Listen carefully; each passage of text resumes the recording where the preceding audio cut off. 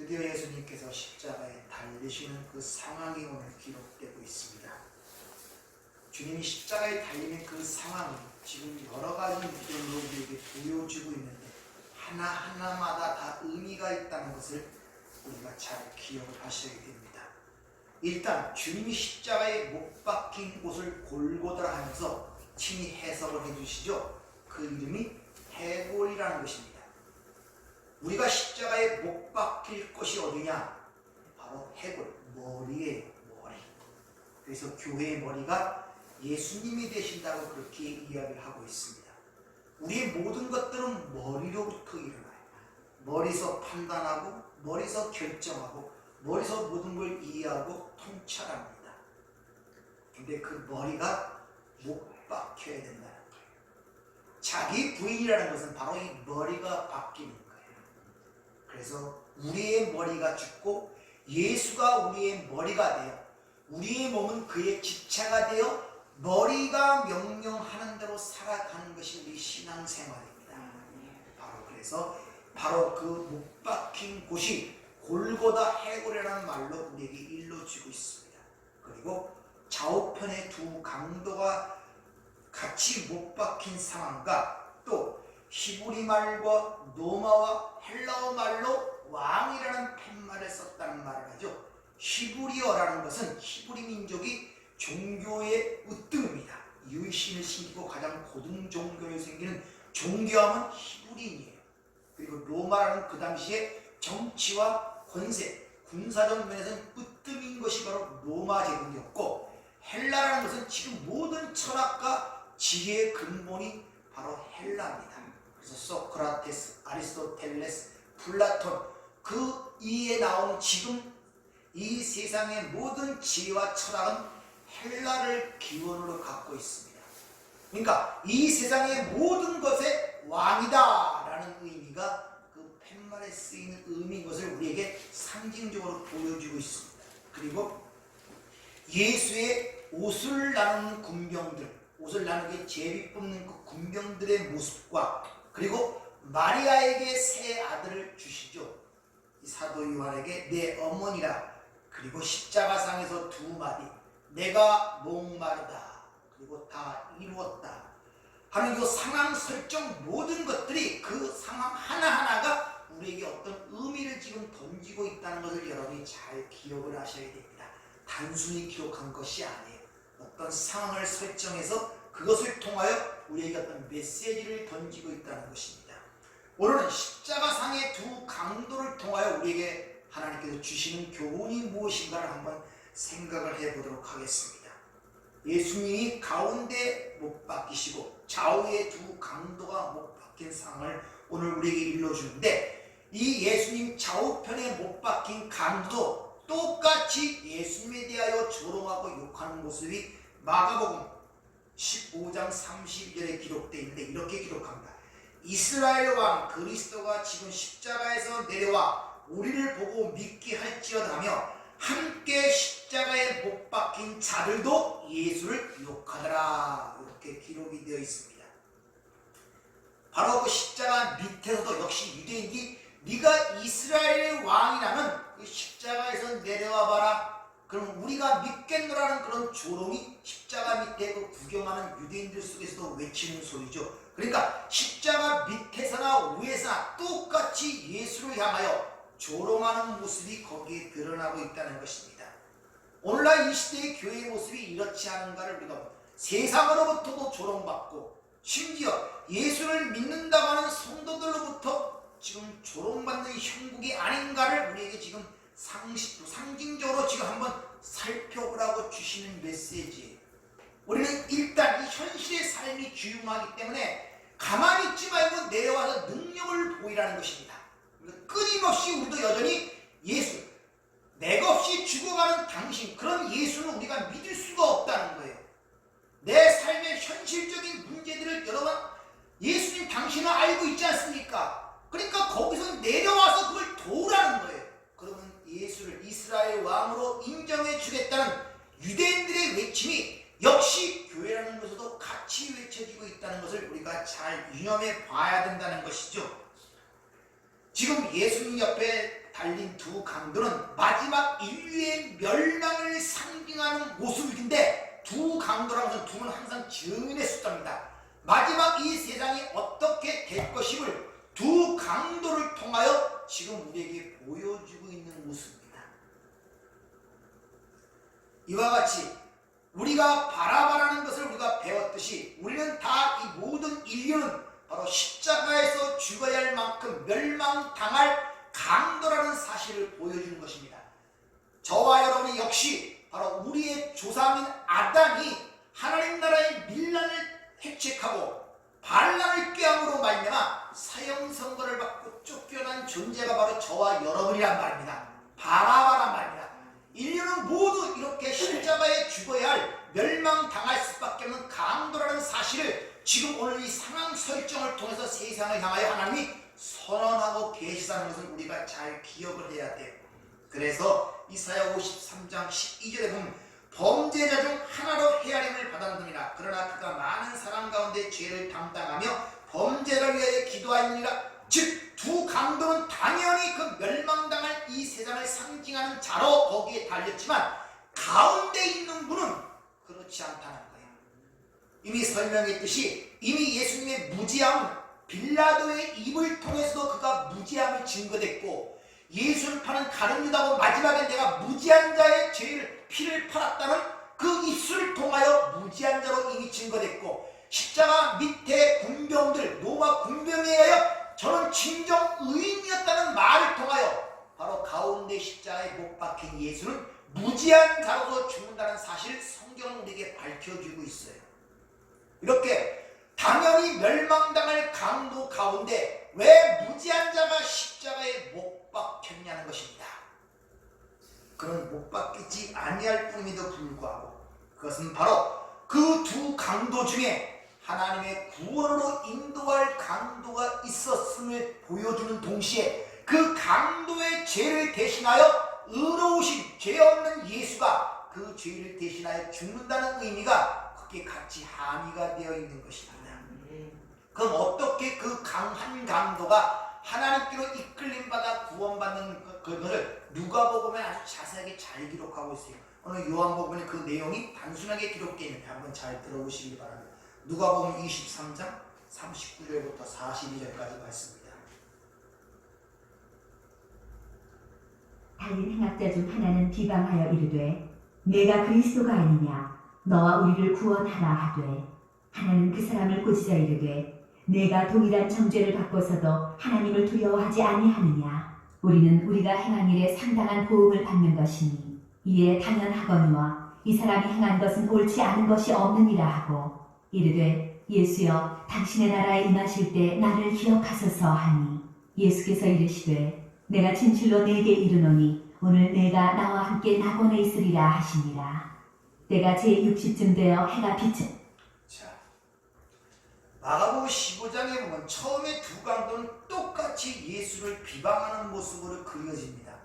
근데 잠시 후에 한 강도는 여전히 네가 나를 구원해보라 하면 내가 믿겠다고 예수를 조롱하고 비난하는데, 한 강도는 어찌된 일인지 자신의 죄인됨을 인정할 뿐만 아니라 예수님께 자신의 도움을 구하는 모습이 조금 전에 읽은 그 말씀 속에 기록이 되어 있죠. 한 강도는 밑에 있는 자들과 똑같이 현실을 중요시하고 물질적인 중요시하는 현재 지상주의에 있는 자들의 특징이 그런 거예요. 그런 자들이 바라는 믿는 예수, 그런 자들이 바라는 구세주, 그런 자들이 믿는 하나님은 절대 그렇게 연약한 모습으로 십자가에 달려 있으면 안 됩니다. 그들은 세상이 원하는 영웅적 메시아를 바라기 때문에 그 예수가 거기서 내려와 기적을 행하여 우리에게 어떤 것들을 보여줘야 한다는 것입니다. 그런데 그 두 강도가 처음에는 똑같은데, 한 강도가 갑자기 자신의 죄인됨을 인정하고 나는 그 죄로 인하여 당연히 여기서 매달려 죽어야 하는 게 당연하지만 당신은 죄가 없음에도 죽는다는 사실을 인정할 뿐만 아니라 당신의 나라에 임할 때 나를 기억해달라는 그런 고백을 하는 모습이 기록이 되어 있다는 것입니다. 오늘 이 한강도 모습 속에서 이것이 성도의 구원받는 모습을 아주 압축하여 우리에게 보여주고 있습니다. 일단 내가 죄인됨을 인정하고 당연히 나는 그 죄로 인하여 이렇게 십자가에 죽어야 된다는 사실을 인정하는 것입니다. 아멘. 그리고 그 십자가에 죽는 예수는 죄가 없는 분임을 인정하는 것입니다. 그리고 그 모든 자기의 내세를 그분께 의탁한 것, 이것이 성도의 모습이에요. 다른 거 없습니다. 이것이 구원받은 성도의 모습을 우리에게 일러주고 있다는 것입니다. 이 상황을 한번 잘 생각을 해보세요. 심사숙고해요. 지금 예수님은 세상에 의하여 결박되어 십자가에 달려있는 상태예요. 세상적인 관점에 볼 때 아무런 도움을 줄 수가 없어요. 뭘 해도 지금 그 상황이. 그런데 그러한 분에게 자신의 내세를 지금 부탁하고 있다는 것입니다. 지금 예수님의 모습은 세상이 원하는 그런 철장을 들고 백마를 탄 모습이 아니라 도살장에서 죽는 양의 어린 모습인데, 어떤 걸 부탁하더라도 지금 현실 속에는 해줄 수 있는 무능한 자의 모습으로 지금 십자가에 달려있단 말입니다. 근데 그분께 자신의 내세를 지금 부탁하고 있는, 그분에게 진정한 영생이 있음을 믿음으로 바라보고 자신의 내세를 부탁하고 있다는 것입니다. 다시 말하면 그분에게 나의 모든 것을 의탁하고 자신을 던져버리는 거예요. 아멘. 이것이 신앙의 모습이에요.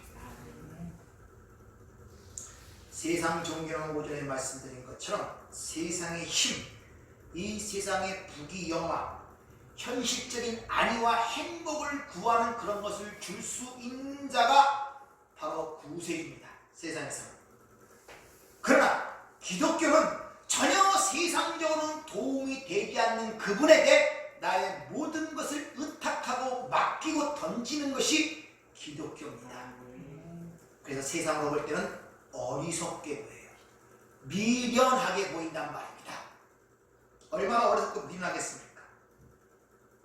그리고 기독교가 약속해 주는 것은 이 세상에 보이는 것들이 아니라 하나님의 은혜로 보이지 않는 그 나라가 약속으로만 주어져 있고 믿음으로만 볼 수 있게 주어져 있다는 것입니다. 이것이 기독교예요. 그러니까 인기가 없는 것입니다. 그래서 인기가 없어요. 그래서 하나님의 은혜가 아니고는 절대 예수를 믿을 수가 없습니다. 아멘. 이렇게 자기 죄인됨을 고백하고 자기 죄됨을 고백하고 예수께 의탁한 그 강도의 현실이 십자가에서 안 죽었습니까? 죽었어요. 그렇게 죄인됨을 고백하고 예수를 구주로 고백하고 그분에게 모든 걸 맡겼음에도 불구하고 그 강도의 현실은 변한 것이 아무것도 없이 그대로 십자가에서 죽었단 말이에요. 이것이 기독교라는 것입니다. 하나님의 약속을 받았지만 이 현실 속에서는 변한 것이 아무것도 없었다는 것입니다. 하나님의 아들이 이 땅에 온 것은 이 세상의 문제라고 생각하는 것들, 고난, 질병, 가난, 또 육신적 생명을 위한 것이 아니라 영원한 생명, 영원한 불목과 영원한 지옥에서 건져주기 위해서 그분이 우리에게 오셨다는 것을 우리에게 예수님의 지금 십자가 이 사건을 통하여 우리에게 지금 선언하고 있는 거예요.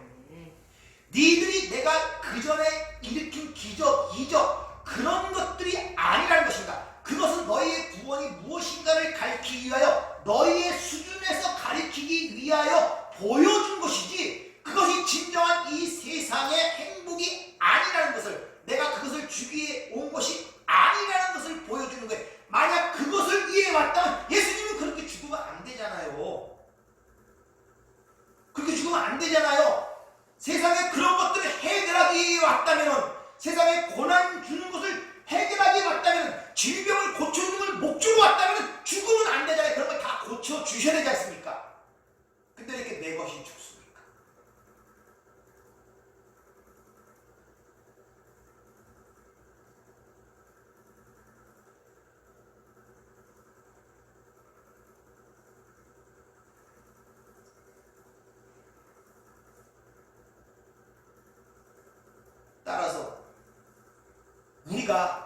교회가 예수와 연합된 교회가 예수를 잘 믿고 해도 아무리 잘 믿고 잘 그거 해도 고난, 질병, 가난, 피해 갈 수가 없다는 사실을 인정하셔야 돼요. 이게 인정이 되지 않으니까 신앙생활이 힘든 거예요. 왜 이런 일이 자꾸 생기나 그걸 위해 예수가 온 것처럼 생각이 되고 인식이 되고 알기 때문에 그래요. 아니란 말입니다. 그런 것 같은 그 주인됨을 고백한 강도를 거기서 구해 주셔야 되잖아요. 아니라는 것입니다. 성도의 이 세상에서 현실은 예수와 함께 십자가에 못 박아 죽어야 된다. 그리고 장사되어야 된다. 이게 성도의 세상의 현실이에요. 오전에 말씀드렸죠. 이삭과 아브라함이 같이 모리아산으로 올리는 사건 속에서 그 아버지가 동행하시지만 그 아버지 손에 불과 칼이 들려 있었다 그러죠. 즉 죽을 때까지의 그 과정 속에서 불과 칼에 의하여 우리가 연단을 받고 심판을 받는 걸 말씀드렸습니다. 주님이 오셨을 때 뭐라? 내가 세상에 무슨 뭐를 던지러 왔다? 불을 던지러 왔다. 또 뭐를 주러 왔다? 검을 주러 왔다.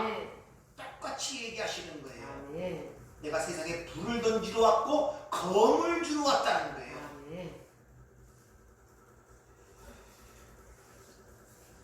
따라서 우리는 이런 진리를 통하여 우리의 내세가 확인되고 하나님에 의하여 우리가 거기에 확정된 사실을 알고 있다면 우리가 보이는 현실 속에서 닥쳐지는 모든 것들에 흔들릴 이유가 없고 이 현실에 보이는 것에 집착하는 것이 아니라 보이지 않는 그 영원한 나라에 집착을 하며 그 나라에 집중을 하며 그 나라에 관심을 갖게 된다는 것입니다. 그래서 고린도서 4장 16절에 보면 그러므로 우리가 낙심하지 아니하니 우리의 겉사람은 낡아지나 우리의 속사람은 날로 새로워지도다. 우리가 잠시 받는 환난이 경한 것이 지극히 크고 영원한 영광에 중한 것을 우리에게 이르게 하니 우리가 주목하는 것은 보이는 것이 아니요 레포 시각적으로 보이는 것이 아니요 보이지 않는 것이니 보이는 것은 잠깐이요 미끄럼 100만 분의 1 잠깐이요 보지 못하는 것은 영원함이니라. 그렇게 이야기를 하고 있습니다. 그래서 사도 바울도 너희가 그리스도와 함께 살리심을 받았다면 위의 것을 찾고 위의 것을 생각하라고 그러잖아요. 땅의 것을 생각하지 말라고.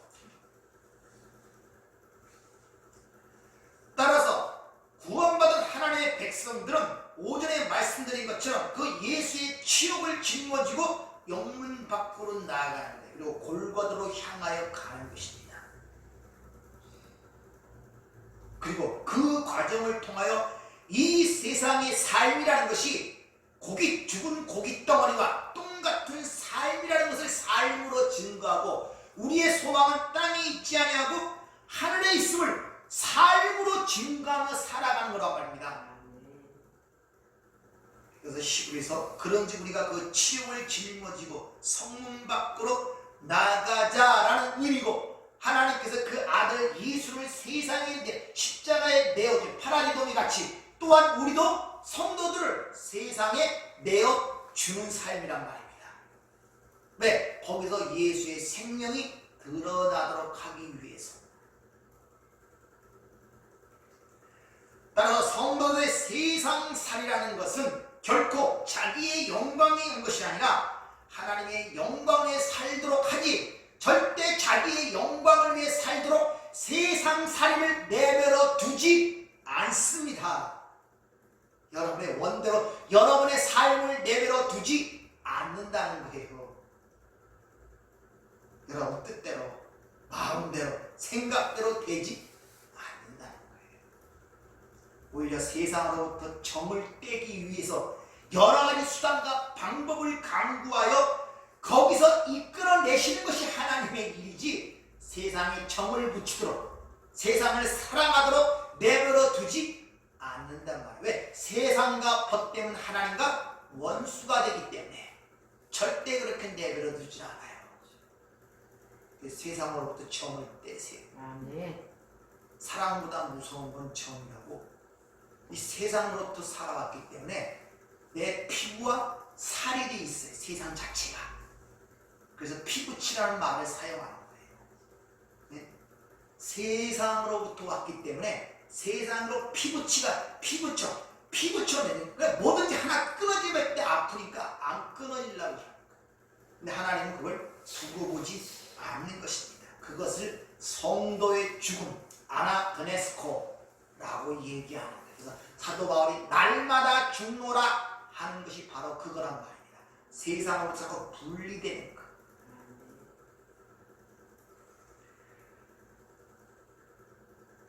계시록 18장에 보면 바벨론의 멸망을 당하기 전에 내 백성은 거기서 나와라고 계속 외치죠. Come out, my people. 나와라. 근데 소리를 못 들어요. 안 나와요. 그럼 어떻게 하겠습니까? 간단해요. 거기다가 불을 질러버리는 거예요. 하나님께서. 그럼 나오라고 안 해도 나오게 돼 있어요. 그래서 신앙생활도 잘 보면 문제가 생기면 불이 붙으면 부지런히 나와서 기도합니다. 대부분 그렇잖아요. 평탄하면 기도합니까? 아니에요. 예배도 잘 안 드립니다. 놀러가고 싶지. 그러니까 거기다 말을 들어 못 먹으니까 거기다 불을 질러버리는 거예요. 다급하니까 나오는 거예요. 하나님 도와주세요. 네. 바로 주님은 그 일을 하시기 위하여 이 땅에 오셨기 때문에 내가 세상에 뭐를 던지러 왔다? 불을 던지러 왔다 그러는 거예요. 그리고 내가 검을 주러 왔다 그러는 거예요. 그래서 검을 주니까 아비와 자식이, 시어머니와 아내 갈라지죠. 셋이 둘이 갈라지죠. 던지는 거예요. 거기서 못 끊어 나오니까, 말을 못 알아먹으니까 던지니까 끊어져 나오는 거예요. 불을 타니까 뜨거우니까 나오는 거예요. 따라서 우리의 소망과 본향이 하늘에 있다는 자들이 어찌 이 세상의 현실에만 집착하고 거기만 관심이 있는 것이, 그것이 어찌 하나님 나라의 백성의 모습이겠냐는 것이죠. 그것이 그렇지 않다는 것입니다. 그래서 하나님께서 그렇게 세상에 집착하고 세상 문제에 관심을 갖고 있는 자들을 하는 세상 사람을 통하여 조롱하게 만듭니다. 어떻게? 네가 하나님을 믿는다면서 왜 네 집이 그러냐? 왜 네 집이 잘 그렇게 못 사냐? 왜 돈도 못 버냐? 왜 맨날 그런 문제가 생기냐? 세상 사람으로부터 조롱을 받게 하는 이유가 뭔지 아십니까? 거기에 너무 집착을 하니까, 거기에 너무 관심을 가니까 그런 믿지 않는 자들부터 조롱을 받게 한단 말입니다. 그러니까 세상 사람부터 그런 말을 많이 듣고 있다고 생각하고 주위에서 그런 말을 한다고 생각하면, 아, 내가 내모 세상에 집착하고 있구나 라고 생각하시면 돼요. 내가 대답. 우리는 죽은 다음에도, 그렇죠, 구원받은 후에도 계속 우리의 허물과 죄로 죽은 우리 옛 모습이 그대로 자꾸 폭로가 돼요. 숨겨있던 것이 또 나오고, 없어졌던 것 같은데 또 나오고, 죽었던 것 같은데 어떻게 또 나오고, 이런 모습이 계속 폭로될 수밖에 없어요. 성령께서 우리 안에 계시기 때문에 그래요. 빛이 나면 어둠이 드러날 수밖에 없다는 것입니다. 그런 것을 계속 폭로시킴으로 말미암아 내가 구원받은 것은 네 됨됨이나 자격이나 노력이나 너에 의해서 구원받은 것이 아니라 전적인 하나님의 은혜에 의해서만 구원받았다는 사실을 계속 각인을 시키기 위해서는 그 실상의 어떠함을 계속 폭로를 시킨단 말입니다. 그래서 내가 하나님의 은혜가 필요한 자구나, 이래서 이런 것을 절실하게 깨닫게 만들고 자기 자랑을 없애버리는 것입니다. 그래서 사도 바울이 내가 약할 때 주님이 강하다고 하는, 내가 날마다 죽노라, 내가 약할 때 주님이 강하다, 그것은 얼마나 많은 갈등과 자기의 그 실체 속에서 보면서 그런 말이 나오는 거예요. 그래서 내가 죄인 중에 괴수라고 얘기하는 거예요. 사도 바울이 그 성령 충만함 받아 신약의 12권을 썼고 그렇게 열심히 복음을 증가하는 가운데 우리가 겉으로 볼 때 뭐 그렇게 죄인된 것이 드러났겠습니까? 그러나 자기의 실체를 보면 볼수록, 진리가 강하게 드러날수록, 영적 능력 분별력이 강해질수록 자기의 실상이 점점 강하게 드러나는데, 처음에 칠삭둥이 만삭되어 나지 못한 자, 성도를 지극히 작은 자보다 더 작은 자, 내중에 말년으로 가니까 내가 바로 죄인 중에 괴수구나 라고 고백이 되는 거예요. 이것이 성도의 자의식이란 말이야. 아, 갈수록 내가 괜찮은 사람이 내가 아니야.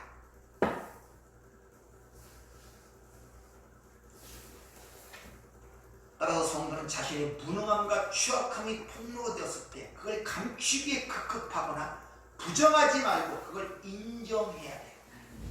그리고 그래서 내가 주님의 은혜가 필요합니다 하는 그 길로 나가야 되지, 그걸 자꾸 남에게 감추려고 남이 보면 나를 어떻게 볼까 자꾸 속으로 숨기면 그것이 그 사람의 영적 능력을 무능하게 만들어 버립니다.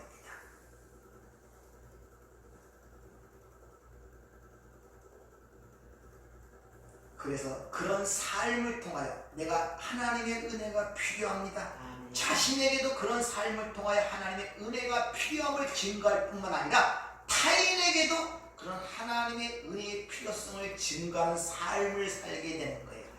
그래서 나는 쇠해지고 자꾸 그분이 흥해지는 삶, 이것이 신앙인이 가야 할 지향점이고 목적이란 말입니다.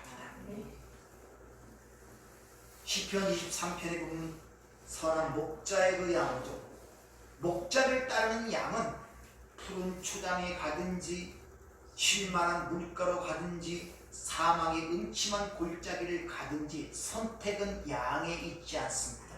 목자의 선택에 있단 말입니다. 사실 우리는 어디가 푸른 초장이고 쉴만한 물가인지도 몰라요. 어디가 사망의 음침한 골짜기인지도 모른단 말이에요. 근데 선택을 자꾸 양인 주제에 우리가 하려고 한단 말입니다. 여기 목자, 여기 푸른 초장 같고 여기가 쉴만한 물가 같고 내가 보기엔 여기는 사망의 음침한 골짜기 같고 판단을 자기 자신이 자꾸 하려고 한다니까요. 목자에게 맡기지 않고. 그래서 삶에 그런 갈등과 모순이 많이 일어나는 거예요. 삶의 선택권이 우리에게 있지 아니하고 자신에게 있지 않고, 다시 말하면 목자에게 있다는 사실을 여러분이 잊지 마시길 바랍니다. 그래서 계시록 14장에 뭐 확실히 얘기해도 인친자 14만 4천이 누구냐? 어린 양이 어디로 인도하는지 따라가는 자, 그들이 인친자 14만 4천이라고 분명히 얘기하고 있지 않습니까? 어디로 인도하든지 따라가는 자. 그래서 성도라는 것은 잘 기억하세요. 말씀에 의하여, 복음에 의하여, 은혜에 의하여 심장이 터지고 손가발에 못이 찔리고 번제물에 덮여 태워지는 그 자리로 내려가는 것이 성도란 말입니다. 예수님이 십자가의 죽음으로 번제단에 드린 그 제사의 제물과 같은 그 삶의 경험이 우리 삶 속에 드러난단 말입니다. 그것이, 그런데 우리는 여전히 예수를 십자가에 못 박아라는 쪽으로 선택하는 자기 자신을 바라보면서 그게 폭로되면서 나는 어쩔 수 없이 하나님의 은혜로만 살 수밖에 없는 존재를 철저하게 깨닫는 것. 여전히 우리는 이런 진리를 알면서도 한 구석 속에서는 왜 내려와 내 삶을 도와주지 않고 나의 이런 문제를 해결해 주지 않습니까 하는 원망이 항상 양면 속에 내재되어 있잖아요. 아무리 믿음이 있다고 진리를 안다 해도 그런 자신을 보면서 하나님의 은혜가 없이 내가 살아갈 수 없는 존재라는 걸 철저하게 깨닫는 것입니다. 그리고 그분에게 자꾸 나를 맡기는 것. 믿음이라는 것은 그분에게 나의 자신을 던지는 것입니다. 믿음이라는 것은. 성도는 하나님의 은혜를 잊게 되면은 바로 이 한 강도와 같이 자신의 죄인됨을 깨달을 뿐만 아니라 나는 당연히 멸망당하 죽을 수밖에 없는 운명이라는 사실을 인정하고 그분에게 모든 것을 맡기고 의탁하고 도움을 요청하게 된단 말이에요. 이게 하나님의 은혜를 입은 자의 특징이에요. 이런 자들. 그러면서 내가 강도 바라봅니다. 내가 은 30에 예수를 판 가룟 유다입니다. 내가 그 하나님의 아들 그 무지함을 알면도 불구하고 세상적인 비겁함과 내 야망 때문에 예수를 넘겨준 빌라봅니다 하는 고백이 나올 수밖에